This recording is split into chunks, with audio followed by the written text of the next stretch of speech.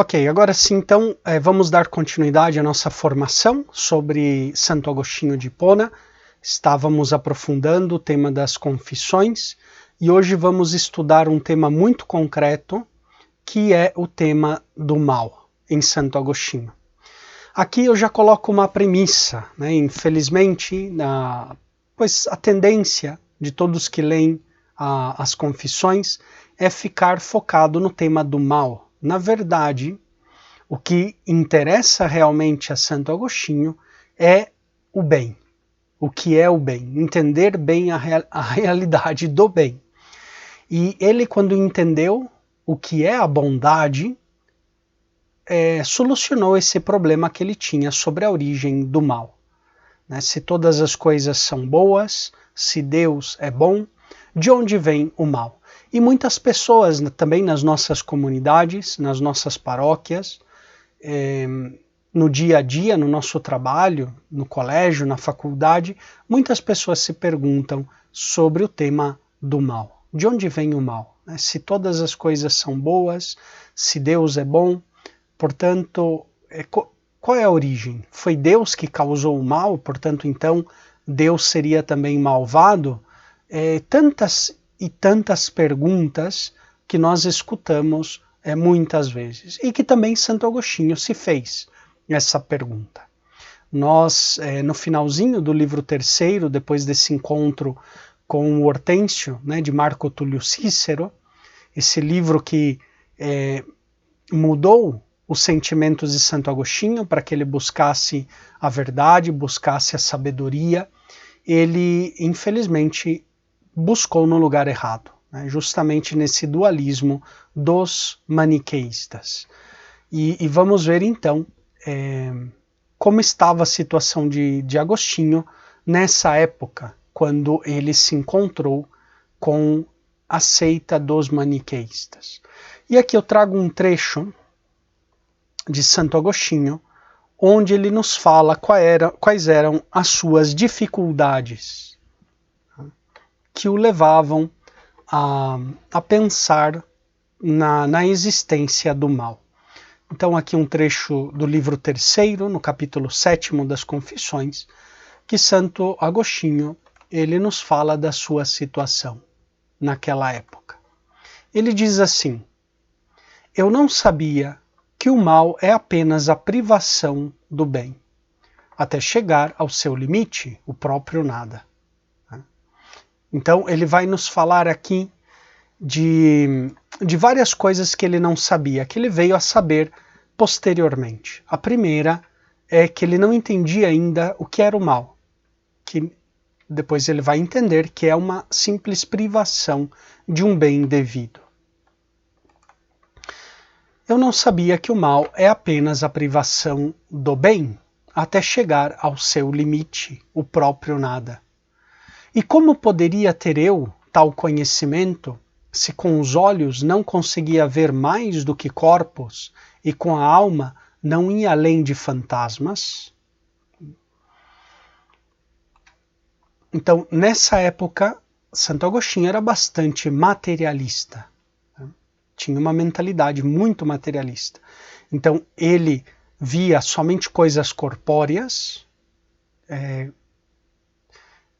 deduzia que nós podíamos conhecer só coisas corpóreas e até mesmo aquelas coisas, poderíamos dizer para Santo Agostinho, espirituais, eram concebidas, eram pensadas de maneira material, uma espécie de fantasma, uma espécie de imagem sensível.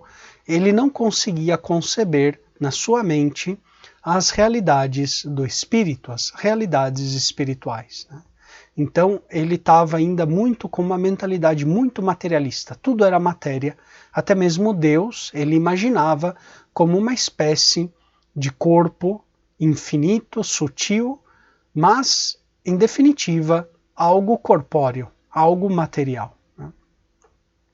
E depois ele diz também quais eram outras dificuldades que ele tinha. Tampouco eu sabia que Deus é espírito. Então ele concebia Deus de uma forma materialista. Ignorava totalmente o princípio de nossa existência, que há em nós, e pelo qual a Escritura nos chama de imagem e semelhança de Deus. Então aqui outra vez algo que ele ignorava, essa imagem e semelhança de Deus no homem, porque ele, concebendo a Deus, né, como matéria, entendendo que todas as coisas são só materiais, portanto, ele ignorava que Deus fosse Espírito e, portanto, que nós, como imagem e semelhança de Deus, Agostinho, ele ignorava que também nós, imagem e semelhança, somos seres espirituais. Né? Então, ele vai aqui enumerando diversas dificuldades. Consequência disso, eu não conhecia tampouco a verdadeira justiça interior, ou seja, a santidade interior, que não julga pelo costume, mas pela lei retíssima do Deus onipotente. Então, aqui diversos elementos que fazia confusão no coração de Agostinho. A existência do mal, o que era o mal, né? Ele não entendia ainda, porque ele tinha uma mentalidade muito materialista. Deus, portanto, ele não concebia Deus como algo espiritual, né? E depois ele ignorava que nós fôssemos imagem e semelhança de Deus e, portanto, que estávamos chamados a essa justiça interior, a essa santidade interior. Né? Tudo aqui está conectado, né? O tema do mal, o tema da espiritualidade de Deus, o tema da espiritualidade da alma e, portanto, o tema da santidade. Porque se eu tenho uma mentalidade muito materialista, né, apegado às coisas corpóreas, a santidade, no melhor dos casos, vai consistir em atos materiais, em gestos materiais, mas não nessa justiça interior que santifica essa alma que é imagem e semelhança de Deus, que diviniza essa alma que é imagem e semelhança de Deus. E aqui nós já podemos ver a beleza que foi a conversão de Santo Agostinho. Ele se dar conta que ele, ainda enxertado no mundo material, ainda sendo uma criatura, sendo um ser animal, mas tem algo diferente dos demais animais, que é justamente essa imagem de Deus, que é uma imagem incorruptível, eterna, que é espiritual, que Deus plasmou no coração de cada homem, cada mulher. Então nós temos dentro do nosso interior a beleza dessa imagem de Deus. É como se nós víssemos refletidos em nós a face de Deus, né, no nosso interior. Essa imagem e semelhança. São João da Cruz, nas suas poesias, ele justamente nos fala isso, dessa imagem que nós temos nos nossos olhos refletida. Né? Ou seja, essa imagem, essa presença de Deus está gravada no nosso interior. Né? Seja pelo fato de termos sido criados à imagem e semelhança de Deus, seja também pelo fato que com a santificação que Deus nos dá, nós fazemos reluzir essa imagem, essa presença divina em nós. Em outras palavras, nós somos templos da Trindade. Nós somos santuários da Santíssima Trindade. A Santíssima Trindade habita em nós. Nós somos imagem e semelhança de Deus. E essa imagem e semelhança de Deus, quando nós estamos na graça, na santidade interior, ela reluz, ela brilha, ela refulge nessa justiça interior que Deus nos dá. Mas, nesse momento ainda, Agostinho não entendia o que era tudo isso, o que era a espiritualidade da alma, a espiritualidade de Deus e a santidade interior.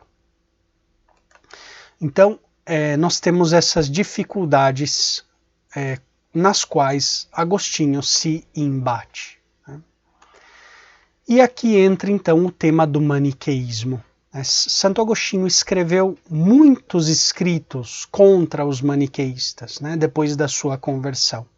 Então, quando ele era leigo, por exemplo, antes, né, do seu presbiterato, alguns inclusive antes mesmo do seu batismo, ele já começa a escrever alguns livros contra os maniqueus, né, os maniqueístas.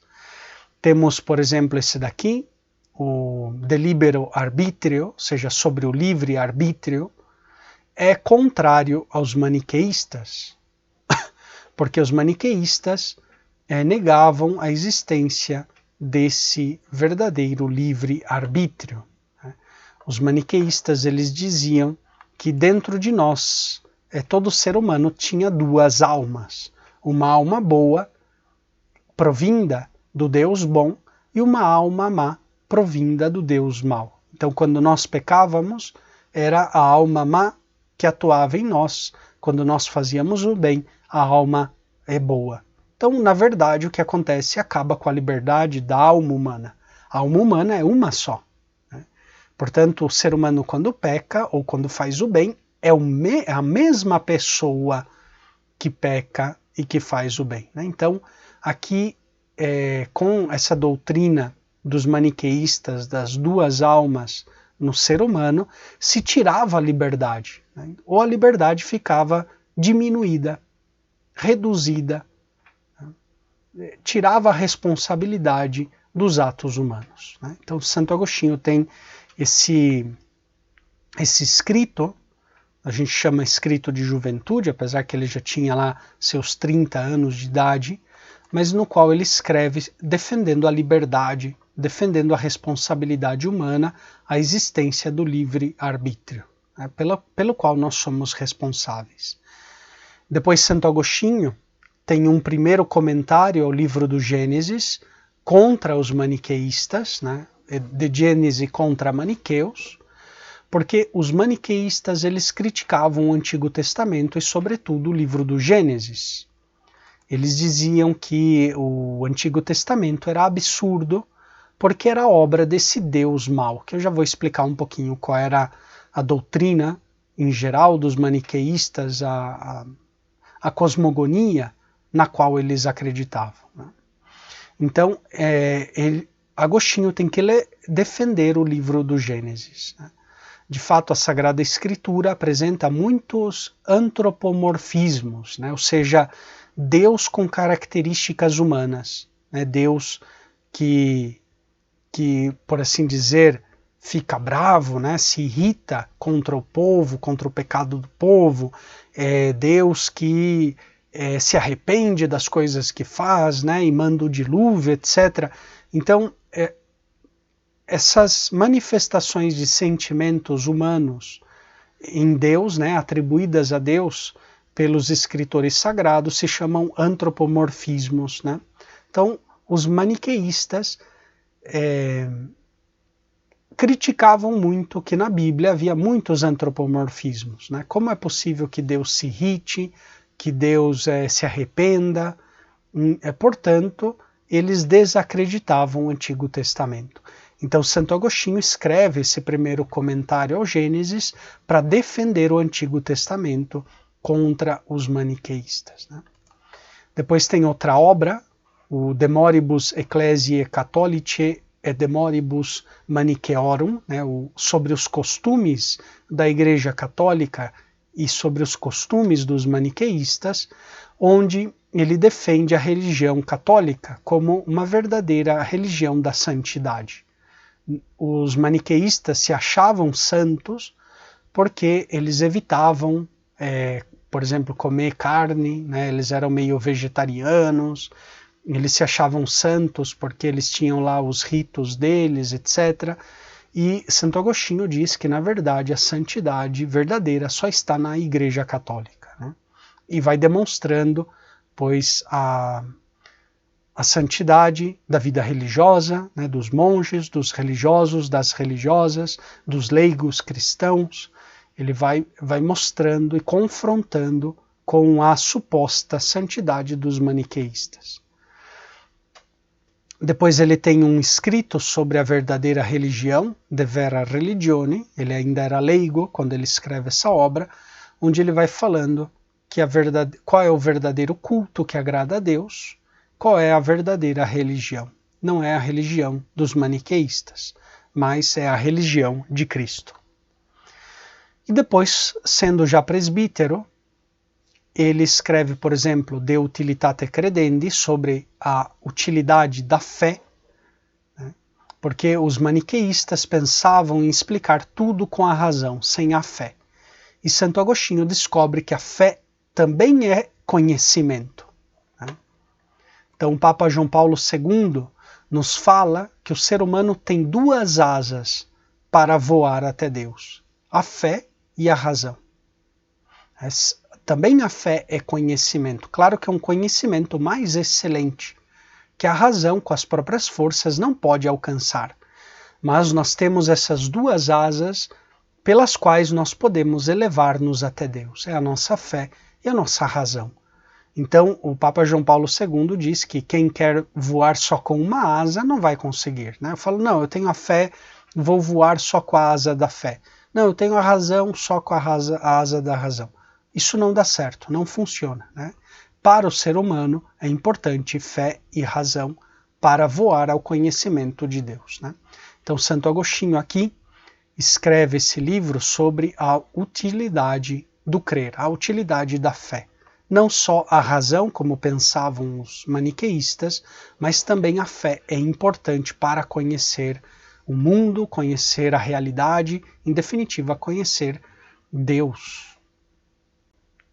Depois ele tem outro escrito contra também os maniqueístas sobre as duas almas, de duabus animabus, ou seja, contra as duas almas dos maniqueístas, né? Eles diziam que o ser humano tinha duas almas, uma boa e uma má. E Santo Agostinho rejeita essa tese dos maniqueístas. Depois ele tem um escrito contra Fortunato. Fortunato era um maniqueu, né? Depois contra Adimantum, que também era maniqueísta. Depois contra a epístola de Manes, que era o fundador da seita dos maniqueístas, que eles chamam do fundamento, a carta do fundamento, né? Então, contra Epistolam Manichei Convocant Fundamenti, contra a carta de Manes, que eles chamam a carta do fundamento, né? Um escrito também contra a religião maniqueísta. Depois ele tem um escrito contra Fausto. Fausto era um grande pregador da seita dos maniqueístas, famoso na época de Santo Agostinho. Nós vamos encontrar Fausto depois lá no livro 5º das Confissões. Santo Agostinho conversa com Fausto e se decepciona, porque os maniqueístas enganaram Santo Agostinho dizendo que eles iam ensinar para ele tudo só com a razão, com a força da razão. E Santo Agostinho tinha muitas perguntas, algumas dessas aqui que nós acabamos de ler, né? Qual é a origem do mal? Deus, né? A existência da alma, a espiritualidade da alma, a liberdade, etc. E os maniqueístas não sabiam responder. E eles diziam, bom, vai chegar aqui na África um tal Fausto, que ele é muito inteligente, fala muito bem, etc. E quando ele chegar aqui na África, conversa com ele porque ele vai te explicar todas as coisas, né? Então Santo Agostinho tinha muitas perguntas que ele não conseguia responder e esperava a vinda desse tal Fausto. Até que um dia, um belo dia, chega Fausto ao norte da África e Agostinho se entrevista com ele e se decepciona, porque vê que ele é um charlatão, um fanfarrão, que não sabe nada, né? Fala muito bonito, tal, mas não sabe nada desses temas que ele mesmo está pregando por aí, né? E Santo Agostinho dá aula de oratória para Fausto, né? Fausto, ao final, termina escutando as aulas de Agostinho, né? Ele se decepciona, mas com Fausto, né? Então aí é quando ele faz aquela viagem para a Itália, etc., que nós veremos em outras formações. ele escreve também uma obra extensíssima, é a obra, digamos assim, uma das obras mais extensas de Santo Agostinho, é a obra Contra Fausto, em 33 livros, onde ele rejeita a doutrina maniqueísta. Depois ele tem uma obra Contra Felicem, né, contra Félix, que também era um maniqueísta. Um tratado muito importante do ponto de vista filosófico é o De Natura Boni, sobre a natureza do bem, né, onde Santo Agostinho analisa o que é o bem. E assim ele entende também o que é o mal. E depois uma obra Contra Secundinum. Secundino era também outro pensador da seita dos maniqueístas. Como vocês veem, né? Olha só a quantidade de obras que Santo Agostinho escreveu diretamente contra os maniqueístas, né? Além de outros escritos, nas Confissões ele fala do maniqueísmo, na Epístola 79, e na Epístola 236a, ele fala contra os maniqueístas.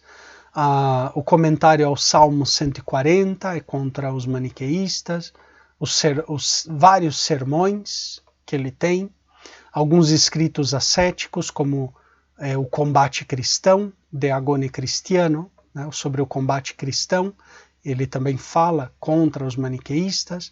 No livro sobre a continência, De Continência, também ali tem menções ao maniqueísmo, e muitas outras obras que ele aborda o tema, pelo menos indiretamente, do maniqueísmo, né? Então, o que são esses maniqueístas? Qual é a sua doutrina contra a qual Santo Agostinho escreveu tanto, né?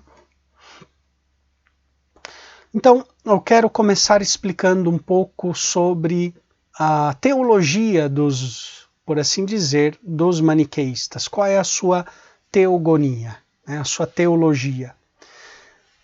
Que para nós é bastante estranha, e nós veremos realmente que é muito curiosa nesse sentido. Nós não sabemos como é possível que Santo Agostinho, com a inteligência que ele tinha, possa ter caído num absurdo tão grande assim, né? Bom, então, os maniqueístas foram fundados por um tal personagem chamado Manes, né? Manes, originário ali da Pérsia, né? Esse Manes entrou em contato com diversas religiões, com a religião de Zoroastro, né, na Pérsia. Depois ele fez várias viagens, também encontrou-se com a religião budista. Ele, segundo as fontes históricas, na sua juventude ele pertencia a um grupo judaico, um tipo de uma seita judaica, que seguia o João Batista, chamado Eucasaíta. Essa é um tipo de seita judaica, judaico-cristã, meio cristã, que seguia, que se achava discípula de João Batista, né? E depois, finalmente, também ele entrou em contato com o cristianismo. Então nós vemos em Manes uma espécie de sincretismo religioso, uma mistura de diversas religiões. Então, zoroastrismo, budismo, judaísmo, cristianismo. Então, o pensamento de Manes vai tentar harmonizar essas diversas religiões, né, em uma religião só. De fato, tudo indica que Manes queria construir uma espécie de religião universal, que tivesse elemento de todas essas religiões. Por isso, os maniqueístas usavam o nome de Cristo. Eles se chamavam a eles mesmos de cristãos também, né? Mas de cristãos eles tinham pouco na realidade, né? Então, como surgiu, qual é o pensamento de Manes, a doutrina de Manes, né? Tudo se originou, né? Antes da criação do mundo, por assim dizer, existia dois reinos, segundo a doutrina de Manes, né? O reino da luz, que é o reino do bem, né? E o reino das trevas. Então, desde toda a eternidade, antes da criação do mundo, estão esses dois reinos eternos, esses dois reinos também infinito, sendo que o reino da luz, por assim dizer, é maior do que o reino das trevas. Não sei como na mitologia maniqueísta eles admitiam esse absurdo. Como é possível que dois infinitos, duas coisas infinitas, o reino da luz fosse mais infinito do que o reino das trevas? Mas tudo bem, a doutrina dos maniqueístas está cheia de contradição, né? Então eles colocam um dualismo. Então o bem e o mal, ou seja, o reino da luz e o reino das trevas, existem desde sempre, só que em determinado momento, antes da criação do mundo, o reino das trevas sente inveja do reino da luz e deseja conquistar o reino da luz. E eles travam, então, um combate cósmico, eu diria um combate pré-cósmico, antes da criação do mundo. O reino das trevas invade o reino das luz e aí se realiza um combate. Nesse combate, os elementos de luz e os elementos de trevas se misturam, dando origem ao mundo que nós conhecemos hoje em dia. Então, os maniqueístas acreditavam que os seres provindos, por exemplo, da luz, eram os seres verdes, os vegetais, as árvores, as plantas, É tudo que tinha raiz na terra, mas saía da terra, Então eram elementos do reino da luz. Já os seres que, por exemplo, andavam, caminhavam, se moviam sobre a terra, como os animais, os seres humanos, etc., eram seres provindos do reino das trevas, tinham mais elemento tenebroso do que elemento luminoso. Apesar que todos os seres tinham mistura de elementos luminosos e elementos tenebrosos, por assim dizer. Mas nos vegetais predominavam os elementos luminosos, enquanto nos animais, nos seres humanos, predominavam os elementos tenebrosos. Portanto, então, segundo os maniqueístas, como se libertavam os elementos luminosos? Então, os maniqueístas, sobretudo, a hierarquia maniqueísta, estava chamada a comer, alimentar-se só de vegetais. Então, eles se alimentavam só de vegetais, porque através da digestão, segundo os maniqueístas, eles libertavam os elementos luminosos. Então, através da digestão, fazendo a digestão, comendo só vegetais, esses elementos luminosos eram eliminados na atmosfera e voltavam para o reino da luz. Uma coisa absurda, ridícula, na verdade, mas que eles achavam que era assim. Eles, comendo vegetais, eles libertavam os seres luminosos. Por isso, pelo menos a hierarquia dos maniqueístas evitavam comer animais, tudo que fosse ser que tivesse carne, porque ali tinha mais elemento tenebroso do que elemento luminoso. E também eles evitavam o matrimônio, porque o matrimônio, pelo menos entre a hierarquia dos maniqueístas, se evitava de modo total. Já os que não eram da hierarquia dos maniqueístas podiam se casar, podiam ter filhos, mas infelizmente isso levava os maniqueístas a muitos métodos anticoncepcionais, a abortos, usar anticoncepcionais, etc., para evitar a reprodução, evitar a geração de filhos. Então era uma doutrina bem estranha, bem absurda, com, digamos assim, também elementos morais muito absurdos. Os maniqueístas eram divididos em dois grupos. Tinham os eleitos, que era a hierarquia dos maniqueístas, e depois tinham os ouvintes.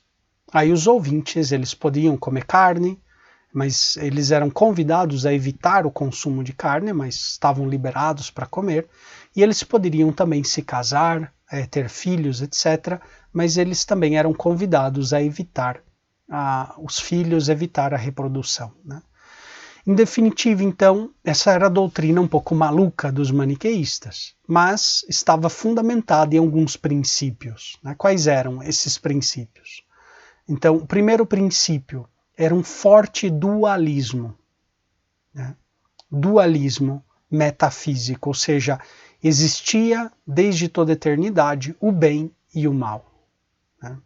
Então, dois princípios, duas realidades coexistentes, coeternas, o bem e o mal, um dualismo.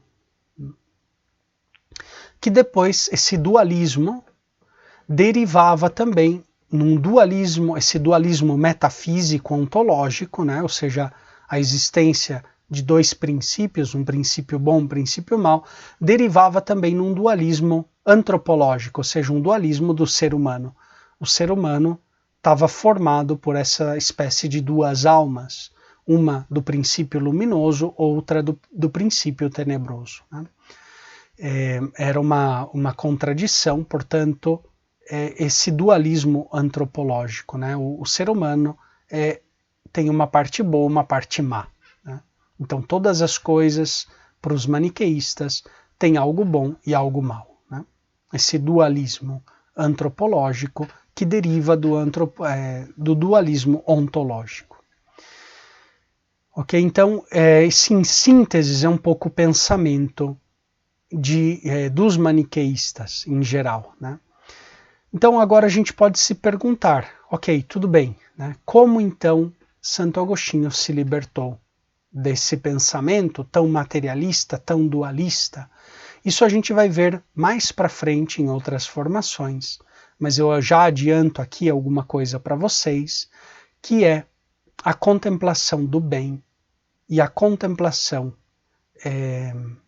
da beleza. Justamente no livro das Confissões, os 3 últimos livros, Santo Agostinho ele comenta o livro do Gênesis, né? O primeiro capítulo do Gênesis, o tema da criação. Lá no texto da criação, nós lemos que Deus viu tudo aquilo que ele tinha feito e tudo era muito bom, né? Tudo na criação é bom, né? Então não existe essa história, como pensavam os maniqueístas, que em todas as coisas tem mistura de bem e de mal. Não. Tudo que existe, pelo fato de existir, é bom. E quanto mais algo tem ser, tem a existência, é melhor, né? Ele tem mais bondade ainda. Ok? Então não existe nenhuma criatura má. Tudo que Deus fez é bom, né? Tudo que Deus criou é bom. E aí é quando Santo Agostinho, com a inteligência que ele tinha, ele se pergunta, ok, tudo bem, tudo é bom, mas então, de onde vem o mal? De onde vem o mal? Então, é essa pergunta que ele se colocava.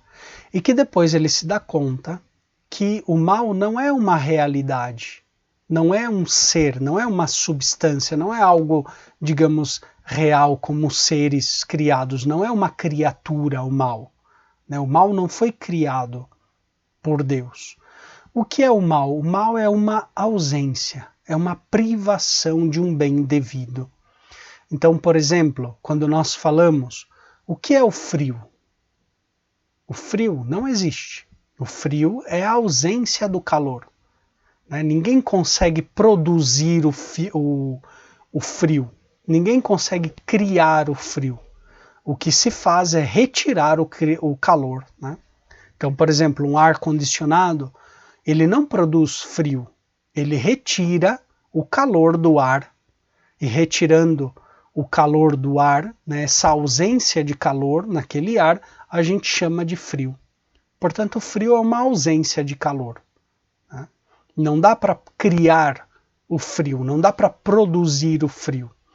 A mesma coisa acontece com o mal. Não dá para produzir, criar o mal, porque o mal não é um ser, não é uma criatura, não é uma substância, não é uma realidade, é uma ausência. Então, quando ali deveria ter o bem e não tem, a gente chama de mal, né? A mesma coisa, o que é a escuridão? Quem consegue produzir escuridão? Ninguém. O que nós conseguimos fazer é retirar a luz, né? Então, essa ausência da luz nós chamamos de escuridão. A escuridão é a privação da luz, né? Então, por exemplo, se eu entro num quarto e eu fecho aquele quarto totalmente, não deixo entrar nenhuma fresta de luz, nós retiramos, nós privamos aquele ambiente da luz. Essa privação, essa ausência de luz, nós chamamos escuridão. Mas a escuridão não existe, não é uma criação, não é uma produção, não é uma criatura, não é algo real, é algo ausente, a ausência da luz. Então, quanto mais nós retiramos luz de um ambiente, mais a gente vai chamando aquele ambiente de escuro, né? Um ambiente escuro. Esse é um exemplo, né? Uma analogia que a gente estabelece para entender o problema do mal. O mal não é uma criatura de Deus, não é algo produzido, algo feito por Deus. É simplesmente uma ausência de um bem devido. O outro exemplo que podemos dar é a cegueira. O que é a cegueira? A cegueira não é algo, é a ausência da visão, é a privação da visão, né? Então, nós nascemos com, digamos, o bem da vista, né? A vista é um bem. Quando alguém está privado da vista, nós chamamos aquela privação da visão de cegueira, né? Então, esse mal que nós chamamos cegueira é um mal, na verdade é a privação da vista, né? Então, aqui o que Santo Agostinho ele entendeu mais para frente, ele entendeu que o mal não é algo, não é uma criatura de Deus, mas é algo que existe porque os seres, toda a criação, não digamos assim, as criaturas não são perfeitas 100%, não são deuses, né? Só Deus é perfeitíssimo.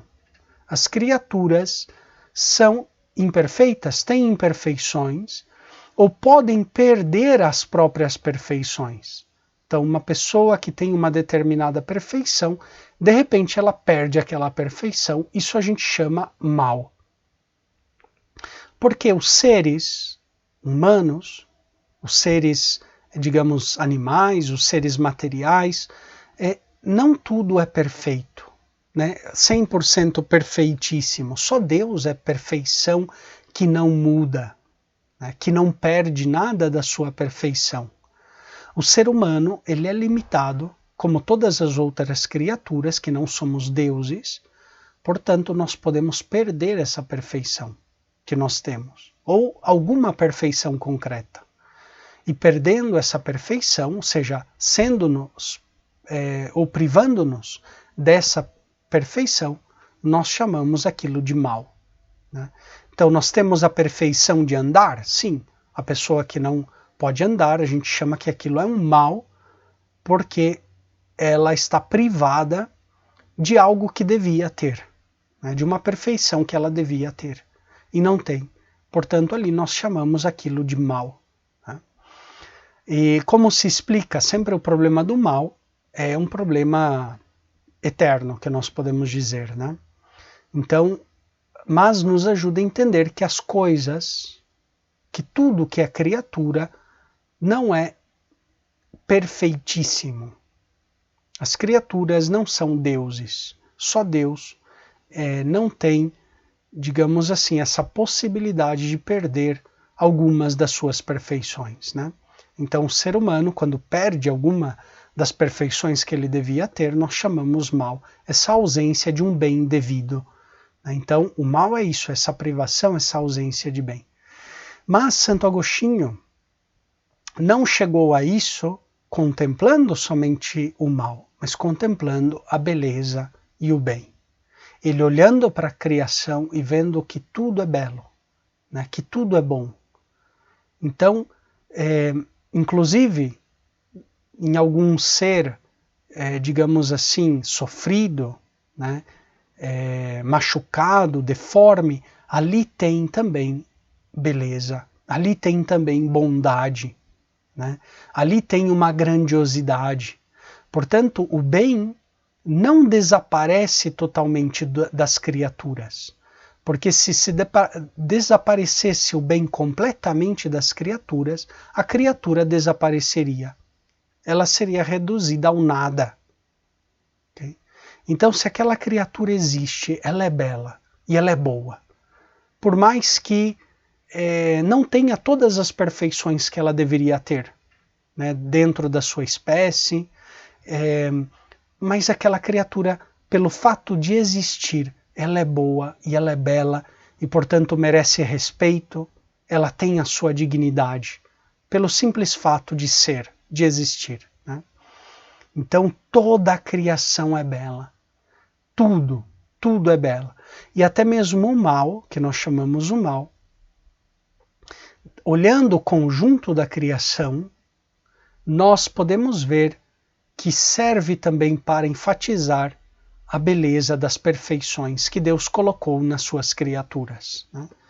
Então, por exemplo, quando, né, um dia está muito feio, que a gente chama feio, né, está muito nublado, tal, o fato de ali ter essa, digamos, essa limitação, que nós podemos dizer, enfatiza a beleza da criação de Deus, de um dia ensolarado, de um dia belo, etc.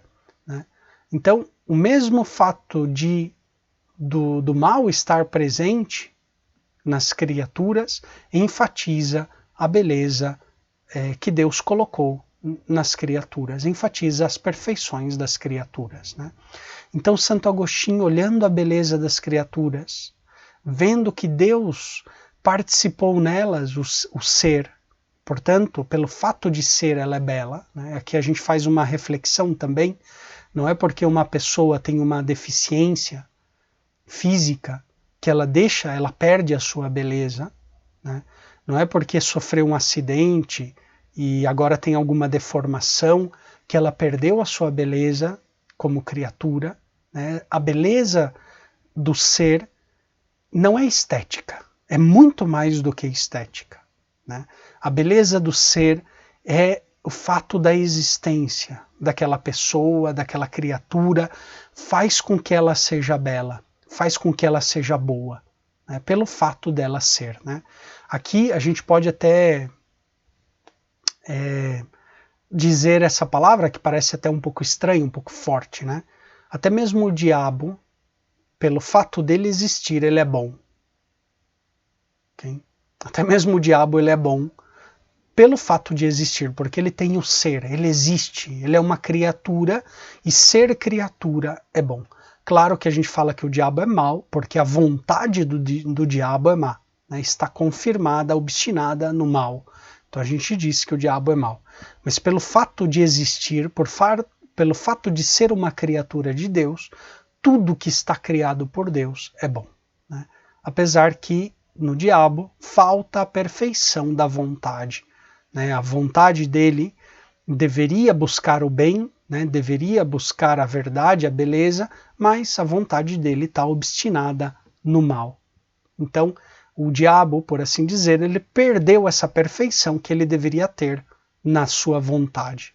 Por isso a gente diz que é mal. Né? Então, Santo Agostinho, meditando na beleza das criaturas, né? Vendo que a beleza coincide com a existência das criaturas, com o ser das criaturas, não é simplesmente algo estético, mas é algo muito mais profundo, né? Algo que deriva do próprio ser das criaturas, que elas são belas, e portanto que elas são boas, pelo fato de ser, né, ele conseguiu superar o problema do mal. Né?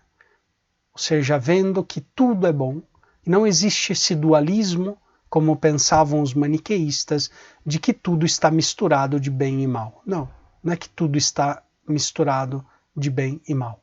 O mal, se não fosse o bem, não existiria. Né? Porque o mal é justamente essa ausência, essa privação de um bem devido.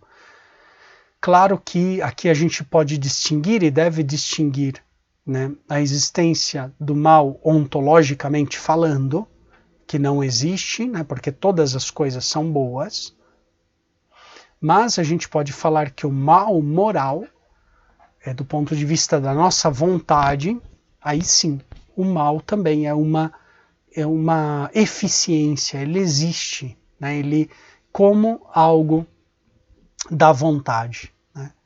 Mas mesmo assim, né, até mesmo desse ponto de vista, é uma perfeição que a vontade deveria ter e não tem, né, de fazer o bem. A vontade, a nossa liberdade, ela se realiza, ela se completa só quando faz o bem. Né? Quando ela faz o mal, na verdade, a vontade está perdendo algo que ela deveria ter, que é essa capacidade de escolher sempre o bem. Então, quando a gente escolhe o mal, em vez de ser livres, na verdade, a gente está sendo escravos, escravizando a nossa liberdade. Né? Então, foi assim que Santo Agostinho ele se deu conta da beleza da criação de Deus, né? Que tudo, Deus viu o que tinha feito e eis que tudo era muito bom. Né? Tudo é bom. E tudo canta a glória de Deus, a beleza do Criador. Né? Então é isso que Santo Agostinho ele reflete no livro 3º sobre a origem do mal, e depois no livro 4º ele continua a reflexão, pois falando sobretudo sobre as amizades. E aí ele fala de uma falsa amizade que ele amou de modo desordenado na sua adolescência. Um amigo que ele perdeu, que morreu, faleceu, e que ele estava muito apegado desordenadamente a essa amizade. Né? Então aí ele faz uma reflexão como esse mal que ele experimentou era justamente porque a sua vontade ainda não estava bem ordenada em Deus. Né? Então esse é um pouquinho o tema que eu gostaria de compartilhar com vocês nessa jornada de formação agostiniana.